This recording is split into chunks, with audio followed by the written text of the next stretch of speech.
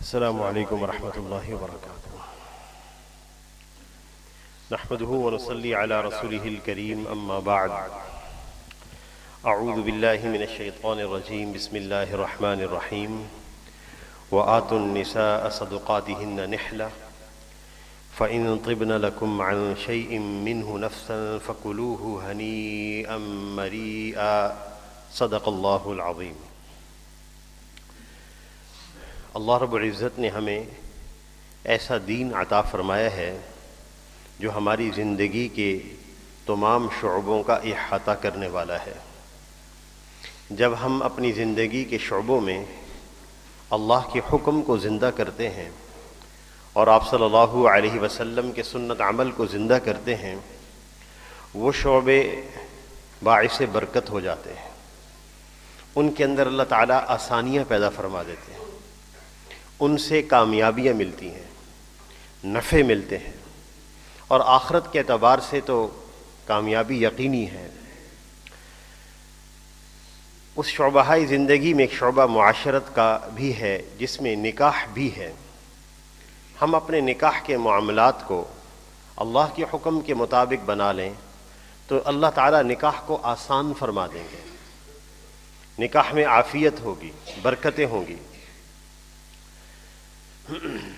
آج نکاح مشکل ہو رہے ہیں جس کے سبب سے بدکاری آسان ہو رہی ہے اور سستی ہو رہی ہے۔ کیا چیزیں ہیں، کیا مسائل ہیں جو نکاح کے اندر ہمیں درپیش ہیں؟ کون سی چیزیں ایسی ہیں، اس کے احکامات کیسے، کون سے ایسے احکامات ہیں جن کے اندر غفلت ہو رہی ہے؟ یاد رکھیے گا، آج کل ہمارے بچے اور بچیوں کی شادیوں میں تاخیر کا ایک اسباب میں سے ایک سبب یہ بھی ہے کہ ابھی لڑکیاں تعلیم حاصل کر رہی ہیں، یا جس وقت نوجوان کو نوکری ملے گی اور جب وہ اچھے کاروبار کرنے والا بن جائے گا تب نکاح کریں گے، جس کے سبب سے لڑکیوں کی عمر بھی زیادہ ہوتی ہے اور لڑکوں کی عمر بھی زیادہ ہو جاتی ہے۔ آپ صلی اللہ علیہ وسلم کا ارشاد ہے، ثلاثۃ حق علی اللہ عونہم، تین لوگ ایسے ہیں جن کی مدد کرنا اللہ کے ذمے ہے۔ ان میں سے ایک آدمی وہ ہے الناکح الذی یرید بہ العفاف، ایک وہ نکاح کرنے والا ہے جو نکاح کے ذریعے سے عفت چاہتا ہے۔ اللہ تعالیٰ اس کی مدد فرمائیں گے، اور ہم کہتے ہیں کہ نہیں جناب ابھی تک کاروبار شروع نہیں ہوا، اچھا کمانے والا نہیں بنا، جب اتنی کمائی شروع ہو جائے گی تب نکاح کریں گے۔ اللہ تعالیٰ تو اس کی مدد فرما رہے ہیں، اور جو لڑکی آنے والی ہے دلہن، وہ اپنا رزق اور اپنی برکت کو ساتھ لے کر آئے گی۔ اور دوسرا سبب جو نکاحوں کے اندر تاخیر کا باعث بن رہا ہے وہ جہیز ہے۔ جہز یجہز، تجہیز کا معنی ہوتا ہے تیار کرنا۔ چونکہ ہندوانہ مزاج اور مصاحبت کے سبب سے ایک مزاج ہمارے اندر بھی صلاحیت کر گیا ہے کہ جس سے لڑکی والوں سے سامان کا، چیزوں کا مطالبہ کیا جاتا ہے کہ ہم نے یہ کمرہ بنا دیا ہے، بس آپ بھر دیں، آپ دیکھ لیں کیسے بھرنا ہوتا ہے، اس میں کون کون سی چیزیں لے کے آنی ہوتی ہیں، اے سی بھی لگوا دیں، گرمی ہوتی ہے، آپ کے بیٹی کا ہی فائدہ ہے، گاڑی بھی خرید کر دے دیں۔ یہ مطالبات ہیں جس کے سبب سے والدین دباؤ میں ہوتے ہیں، اور اسی سبب سے جب وہ بچیاں پیدا ہوتی ہیں اسی وقت سے طبیعتوں میں تکدر آ جاتا ہے۔ جب پیدائش ہوتی ہے، کفار مکہ کے ہاں یہ مزاج تھا، جب ان کے ہاں لڑکیاں پیدا ہوتی تھیں تو قرآن پاک میں جس کیفیت کو بیان کیا گیا ہے ان کی اگر آپ دیکھیں تو یقیناً وہ کیفیت آج بھی جن کے ہاں لڑکی کی پیدائش ہوتی ہے وہ کیفیت ان کے چہرے پر ہوتی ہے۔ وَإِذَا بُشِّرَ أَحَدُهُم بِالْأُنثَىٰ، جب ان کو خوشخبری سنائی جائے لڑکی کی پیدائش کی کہ آپ کے ہاں بیٹی ہوئی ہے، ظَلَّ وَجْهُهُ مُسْوَدًّا وَهُوَ كَظِيمٌ، ان کے چہرے تاریک ہو جاتے ہیں، غصے سے اپنے آپ کو گھونٹ رہے ہوتے ہیں۔ يَتَوَارَىٰ مِنَ الْقَوْمِ مِنْ سُوءِ، اس خبر کو قوم سے بچاتے ہیں، لوگوں کو نہیں بتاتے کہ ہمارے ہاں بیٹی ہوئی ہے۔ أَيُمْسِكُهُ عَلَىٰ هُونٍ أَمْ يَدُسُّهُ فِي التُّرَابِ، اور ان کے اندر کی غیظ کی جو کیفیت ہے وہ یہ ہے یا تو اس کو ذلت کے ساتھ روکے رکھیں یا اس کو ہم زمین میں دفن کر دیں. اور یہ مزاج ایسا سرایت کر رہا ہے کہ ایسی خبریں سننے کو ملتی ہیں کہ جب الٹرا ساؤنڈ کیا اور معلوم ہو گیا کہ لڑکی ہے تو فوراً اس کو ضائع کرنے کا سوچا جاتا ہے، اور اگر روح پیدا ہو جائے تو وہ ایک قتل ہے. اور ہندوستان ہمارے پڑوسی ملک ہے، اس کے اندر یہ چیز بہت زیادہ عام ہے، وہاں اس کو عار سمجھا جاتا ہے. آپ صلی اللہ علیہ وسلم کا ارشاد ہے، من عال جاریتین، جو دو بیٹیوں کی پرورش کرے، حتی تبلغا، یہاں تک کہ وہ بیٹیاں بڑی ہو جائیں، یعنی ان کو حسن ادب سکھائے، ان کی تربیت کرے. انا وہوا ہاکذا وضم اصابعہ، کل قیامت کے دن میں اور وہ اس طرح اکٹھے ہوں گے جیسے یہ دو انگلیاں ہیں. آپ صلی اللہ علیہ وسلم کا قرب نصیب ہو رہا ہے، کسی اور عمل سے نہیں مل پا رہا. نہ نماز سے رسول اللہ صلی اللہ علیہ وسلم کے قریب ہو رہا ہے شخص، نہ حج سے نبی صلی اللہ علیہ وسلم کے قریب ہو رہا ہے، اگرچہ یہ اعمال کامیابی کا بہت بڑا ذریعہ ہے. صرف بچیوں کی پرورش اتنا قرب عطا کر رہی ہے کہ رسول اللہ صلی اللہ علیہ وسلم کے ساتھ ہو گیا ہے کل قیامت کے دن. اس سے بڑھ کر کیا بات ہو سکتی ہے؟ تو اس لیے ہم اللہ کے حکم کو زندہ کریں. آج لڑکے والے اگر ہمت کریں کہ ہم جہیز کا مطالبہ نہیں کریں گے. آپ صلی اللہ علیہ وسلم نے اپنی بیٹی حضرت فاطمہ رضی اللہ تعالی عنہا کو شادی کے موقع پر کچھ سامان دیا تھا، جس میں سے ایک چکی ہے، ایک مشکیزہ ہے، کچھ برتن ہیں، اور کوئی 2 یمنی چادریں ہیں، چاندی کے 2 بازو بند ہیں، اور 2 گدے، 2 روئی دار بسترے ہیں، اور بعض روایات میں آتا ہے کہ پلنگ بھی ہے. آپ صلی اللہ علیہ وسلم نے کچھ سامان اپنی بیٹی کو دیا. تو اگر کوئی آدمی اپنی بیٹی کو بطور صلہ رحمی سامان دینا چاہے، خیر اور برکت کا ذریعہ، لیکن لڑکے والے یہ ارادہ ہمت کریں کہ ہم مطالبہ نہیں کریں گے، ہم نکاح کو آسان بنائیں گے. اور پھر شادی سے قبل کتنی رسومات پیدا ہو چکی ہیں. آپ صلی اللہ علیہ وسلم کا ارشاد ہے، ان اعظم النکاح برکتن، سب سے بابرکت نکاح وہ ہوتا ہے ایسرہ مؤونہ، جس کے اخراجات کم ہوں. بابرکت ہوگا نکاح، اللہ تعالیٰ کی طرف سے مدد ہوگی. اس لیے یہ جو رخصتی سے قبل اتنی رسومات اور اتنے کھانے، اتنی تقریبات، اس کا نقصان ہوگا. اللہ کے حکم کو رسول اللہ صلی اللہ علیہ وسلم کے طریقے کے مطابق بجا لانا. اللہ نے ہمارے لیے دین کو آسان بنایا ہے. یرید اللہ بکم الیسر، اللہ تم سے آسانی چاہتے ہیں. اور پھر اس نکاح کے ایک اور معاملہ ایسا ہے جس میں غفلت بھی ہے اور جس کے اندر بے توجہی بھی ہے، اور وہ ہے مہر کی ادائیگی. اخراجات لڑکے والے بے شمار اخراجات کریں گے، ہر قسم کے اخراجات ہوں گے، لاکھوں روپے کے سامان، کپڑے، اور لاکھوں روپے تقریبات میں بھی خرچ ہوں گے. لیکن جب مہر کے بارے میں بات آئے گی تو وہ کہتے ہیں کہ وہ مولانا صاحب سے پوچھ لیں گے موقع پر ہی کہ مہر کیا رکھنا ہے، مولانا صاحب سے پوچھ لیں گے. بے شمار اخراجات اس سے پہلے ہو رہے ہیں، اخراجات ہو رہے ہیں. شیروانی پر ہزاروں روپے خرچ ہو رہے ہیں دولہا کی، اس کی جوتوں پر ہزاروں روپے خرچ ہو رہے ہیں. اور جب مہر کی باری آئے گی کہ مہر کتنا ہونا چاہیے، فوراً لڑکے والوں کی طرف سے بات آئے گی، مولانا صاحب یہ شرعی مہر رکھ لیں. چونکہ اب لڑکی والوں کو چونکہ کچھ دینا ہے، اس سے پہلے لیتے وقت تو بے شمار نظام بنا رہے ہیں، لیکن جب دینے کی باری آئی تو بس یہ شرعی مہر رکھ لیں. اور جب پوچھا جائے کہ مہر شرعی کسے کہتے ہیں تو وہ خود بعض لوگ ان میں سے بتاتے ہیں کہ 32 روپے مہر شرعی ہوتا ہے. اللہ اکبر، غفلت اور جہالت ہے. قرآن پاک میں آتا ہے وَآتُوا النِّسَاءَ صَدُقَاتِهِنَّ. مشرکین مکہ کا مزاج تھا کہ یہ مہر کی رقم اپنی عورتوں کو نہیں دیتے تھے. اور جیسے ہمارے ہاں بعض خاندانوں میں جیسے قبائل کے اندر مزاج ہے کہ وہ اپنی لڑکی کی شادی پر پیسہ لیتے ہیں، رقم لیتے ہیں، اور کہتے ہیں کہ یہ رقم مہر کے لیے ہے. جناب مہر کا حق عورت کا ہے، کسی کا نہیں۔ وَآتُوا النِّسَاءَ صَدُقَاتِهِنَّ، عورتوں کو مہر ادا کرو، اور کیسے ادا کرو کہ جب مہر کی بات آتی ہے تو طبیعتوں پر بوجھ آ جاتا ہے، ہم کیوں پیسے دیں، زیادہ مہر کیوں رکھیں؟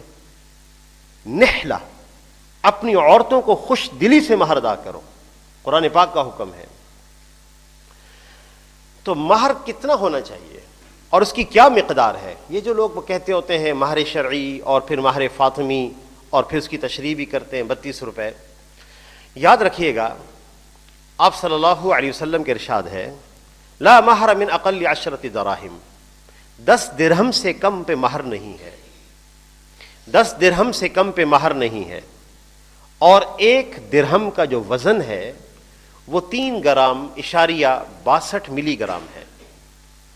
اس اعتبار سے 10 درہم جو بنیں گے وہ 30 گرام سے زائد وزن بنے گا، اور جس کو آج کل کے حساب سے اس کی مالیت لگائی جائے تو 4000 روپے تقریباً بنتے ہیں، 3995 روپے، میں آج اس کا حساب دیکھ رہا تھا، 4000 روپے تقریباً بنتے ہیں، اس سے کم پہ مہر نہیں ہو سکتا۔ لا مہر من اقل 10 دراہم، 10 درہم سے کم پہ مہر نہیں ہو سکتا۔ اور آپ صلی اللہ علیہ وسلم کی جو صاحبزادیاں ہیں اور آپ صلی اللہ علیہ وسلم کی جو ازواج ہیں ان کا مہر کیا ہے؟ جس کو مسنون مہر کہا جاتا ہے، سنت مہر، جس کو مستحب کہا جاتا ہے، وہ کیا ہے؟ یاد رکھیے گا مسنون مہر، آپ صلی اللہ علیہ وسلم کی ایک زوجہ حضرت ام حبیبہ رضی اللہ تعالی عنہا کو چھوڑ کر تمام ازواج کا مہر 500 درہم ہے۔ حضرت ام حبیبہ رضی اللہ تعالی عنہا کا جو مہر ہے وہ 4000 درہم ہے، اور جس کو شاہ نجاشی حبشہ نے ادا کیا، اور انہوں نے ہی رکھا تھا خود، چونکہ حضرت ام حبیبہ رضی اللہ تعالی عنہا حبشہ میں تھیں اور ان کے شوہر کا وہاں انتقال ہو گیا تھا، آپ صلی اللہ علیہ وسلم کا نکاح کا پیغام بھیجا گیا وہاں پر، تو ام حبیبہ رضی اللہ تعالی عنہا، رملہ بنت ابی سفیان ان کا نام ہے، ابو سفیان کی بیٹی ہیں، سردار کی، ان کے والد اس وقت مسلمان نہیں ہوئے تھے، یہ مسلمان ہو کر ہجرت کر کے اپنے شوہر کے ساتھ حبشہ گئی تھی۔ تو شاہ نجاشی حبشہ نے حضور صلی اللہ علیہ وسلم کی تعظیم، آپ کی تشریف اور آپ کی تکریم کے لیے آپ کی طرف سے 4000 مہر رکھا درہم، جس کی مقدار بنتی ہے 12 کلو چاندی، اور تمام ازواج مطہرات اور تمام صاحبزادیاں حضرت فاطمہ رضی اللہ تعالی عنہا کو چھوڑ کر سب کا مہر 500 درہم ہے، جس کی مقدار 1 کلو اور 531 گرام چاندی بنتی ہے، کوئی 1.5 لاکھ روپے سے زائد رقم۔ یہ سنت مہر ہے، مسنون مہر ہے، اور حضرت فاطمہ رضی اللہ تعالی عنہا کا جو مہر ہے وہ 1 کلو 570 گرام بنتا ہے، تھوڑا سا کچھ زائد۔ تو وآتوا النساء صدقاتهن نحلہ، تم عورتوں کو مہر ادا کرو، خوش دلی سے مہر ادا کرو۔ تو جناب بڑا آسان طریقہ ہے کہ یہ جو منہ دکھائی کے اوپر کو سونا دیا جاتا ہے یا کوئی چیز دی جاتی ہے، تو جناب اس کو مہر میں لکھوا لیں، ایک اچھی مقدار مہر کی بن جائے گی۔ آج کل 1 تولہ کا جو زیور بنانے جائیں تو 1.5 لاکھ روپے سے کم نہیں بنتا، 1 تولے کا زیور۔ تو 1 تولے کا زیور اگر دے دیا جائے اور مہر کے اندر دے دیا جائے تو 1.5 لاکھ روپے رقم بن جاتی ہے، مسنون مہر بن جاتا ہے۔ فَإِن طِبْنَ لَكُمْ عَنْ شَيْءٍ مِّنْهُ نَفْسًا، اور پھر مہر رکھتے وقت یہ جو ایک نیتیں ہیں لڑکی والوں کی طرف سے، زیادہ مہر رکھا جائے تاکہ لڑکے کو باندھ کے رکھا جائے، کبھی چھوڑ نہ سکے، پہلے دن سے یہ نیت ہے چھوڑنے کی، اور نکاح کے موقع پر اس لیے بعض لوگوں کا مزاج بنا کہ زیادہ سے زیادہ مہر رکھو اس بنیاد پر کہ تاکہ رشتے قائم رہیں۔ حضرت عمر رضی اللہ تعالیٰ عنہ کے زمانے میں یہ باتیں جب پیش آئیں تو انہوں نے فرمایا لا تغالوا فی النساء، عورتوں کے مہر کے اندر غلم نہ کرو، زیادہ نہ کرو، مہر منع فرمایا۔ یہ زیادہ مہر ان بنیادوں پہ رکھنا تاکہ رشتے مضبوط رہیں، ٹوٹے نہیں۔ پہلے دن سے یہ نیتیں ہوں تو نکاح میں برکت کیسی ہوگی؟ پھر دلہا کو کچھ لڑکے یہ بات سمجھا رہے ہوتے ہیں، اس کے خاندان والے، کہ مہر دینا نہیں ہے، اپنی بیوی سے معاف کرانا ہے۔ ایک بات یاد رکھیے گا، مہر دیتے وقت، مہر لکھتے وقت اور طے کرتے وقت اگر یہ نیت ہے کہ میں نے مہر ادا نہیں کرنا، تو میں محتاط الفاظ کے ساتھ ترجمہ کروں گا حدیث مبارکہ کا، واضح ترجمہ شاید سمع خراشی کا سبب بنے، بوجھ بنے، کہ جب بھی یہ شخص ازدواجی تعلق قائم کرے گا اس کو گناہ ہوگا۔ یہ محتاط ترجمہ ہے۔ تو مہر خوش دلی سے ادا کرنا، پہلے دن سے اپنی بیوی سے، لوگ نوجوان کہتے ہیں، اس کو سمجھاتے ہیں کہ بھائی اپنے نا مہر معاف کرا لینا ہے۔ بھائی پہلے دن سے اپنی بیوی سے معافیاں مانگتا پھر رہا ہے، تو یہ کیسے نظام نکاح کا آگے چلے گا؟ معاف کرا لیا جائے۔ یاد رکھیے گا کہ اگر یہ سارے احکامات وہ ہیں معاشرت کے جس کو اللہ تعالیٰ نے قرآن پاک میں بیان کیا ہے، پہلے ابتدائی ایام میں جو شخص اپنی بیوی سے مہر معاف کروائے گا وہ معاف نہیں ہوگا، چونکہ بیوی دباؤ میں ہوتی ہے، نئی نئی شادی ہوئی ہوتی ہے، اور لڑکی کہتی بس آپ ہی میرے لیے ہیں، مجھے اور کچھ نہیں چاہیے۔ ذرا چند دن گزر جائے نا اور بے تکلفی ہو جائے، پھر ذرا آپ معاف کرا کے دیکھیں کہ وہ معاف کرتی کہ نہیں کرتی۔ فَإِن طِبْنَ لَكُمْ عَنْ شَيْءٍ مِّنْهُ نَفْسًا، اگر وہ اپنی خوش دلی سے کوئی چیز چھوڑ دے مہر میں سے، فَكُلُوهُ هَنِيئًا مَرِيئًا، تو تم اس میں سے کھاؤ خوشگوار مال سمجھ کر، اگر اس میں سے کچھ معاف کر دے تو۔ اس لیے مہر کی ادائیگی کا اہتمام کیا جائے۔ اور پھر اس کے بعد جو ولیمہ ہے تو ولیمہ سنت ہے۔ آپ صلی اللہ علیہ وسلم کے ارشاد ہے، حضرت عبد الرحمن بن عوف رضی اللہ تعالیٰ عنہ حضور صلی اللہ علیہ وسلم کی خدمت میں آئے، ان کے کپڑوں پر کوئی زرد سا رنگ نظر آ رہا تھا زعفران کا۔ آپ نے فرمایا کہ یہ کیا چیز ہے؟ کہنے لگے یا رسول اللہ میری شادی ہوئی ہے تو وہ خوشبو لگ گئی۔ آپ صلی اللہ علیہ وسلم نے ارشاد فرمایا، محدثین نے ایک بات یہ لکھی ہے کہ بھائی اگر کوئی شادی پر نہ بلائے تو ناراضگی کا اظہار نہ کیا کر۔ عبد الرحمن بن عوف رضی اللہ تعالیٰ عنہ کو کتنا قرب ہے آپ صلی اللہ علیہ وسلم سے، کتنے قریب لوگوں میں سے ہیں، اور انہوں نے شادی کی ہے اور آپ صلی اللہ علیہ وسلم کو خبر تک نہ ہوئی، تو آپ صلی اللہ علیہ وسلم نے ناراضگی کا اظہار کیا؟ آپ نے ہمیں بتایا ہی نہیں، آپ نے ہمیں شادی پہ بلایا نہیں، یہ معاشرت کے آداب کے خلاف ہے۔ پھر آپ صلی اللہ علیہ وسلم نے ارشاد فرمایا اولم ولو بشات، ولیمہ کرو چاہے ایک بکری کیوں نہ ہو۔ تو آپ صلی اللہ علیہ وسلم کا یہ ارشاد ہے کہ ولیمہ کرنا مسنون ہے، اور ولیمے کی دعوت میں مختلف ملے جلے لوگوں کو بلانا سنت ہے، جس میں اغنیاء بھی ہوں، مالدار اور فقراء بھی ہوں۔ اور اگر کسی ایسے ولیمے کے اندر جس میں صرف مالدار لوگ جمع ہوں، فقراء غریب لوگ نہ آئیں، اس کے بارے میں نبی صلی اللہ علیہ وسلم کا ارشاد ہے کہ شر طعام طعام الولیمتی، سب سے برا کھانا اس ولیمے کا برا کھانا ہے، بدترین کھانا ہے جس میں صرف اغنیاء کو بلایا جائے اور اس میں فقراء کو چھوڑ دیا جائے۔ نہیں، اس میں ملے جلے لوگ ہونے چاہیے، اور جتنی اللہ تعالیٰ نے استعداد رکھی ہو اتنا اہتمام کرنا چاہیے۔ تو قرآن پاک کی آیت کا ترجمہ میں دوبارہ آپ کے سامنے رکھ دیتا ہوں، وَآتُوا النِّسَاءَ صَدُقَاتِهِنَّ نِحْلَةً، کہ تم عورتوں کو مہر خوش دلی سے ادا کرو۔ فَإِن طِبْنَ لَكُمْ عَنْ شَيْءٍ مِّنْهُ نَفْسًا، اگر عورتیں اپنی مرضی سے کوئی چیز اس میں سے چھوڑ دیں، فَكُلُوهُ هَنِيئًا مَرِيئًا، تو اس کو خوشگوار سمجھ کر کھاؤ۔ تو جناب اپنی معاشرت کو آپ صلی اللہ علیہ وسلم کے طریقے کے مطابق ہم لے جائیں، انشاءاللہ یہ نکاح آسان ہو جائیں گے۔ اللہ تعالی ہم سب کو عمل کی توفیق عطا فرمائے۔ وآخر دعوانا ان الحمد للہ رب العالمین۔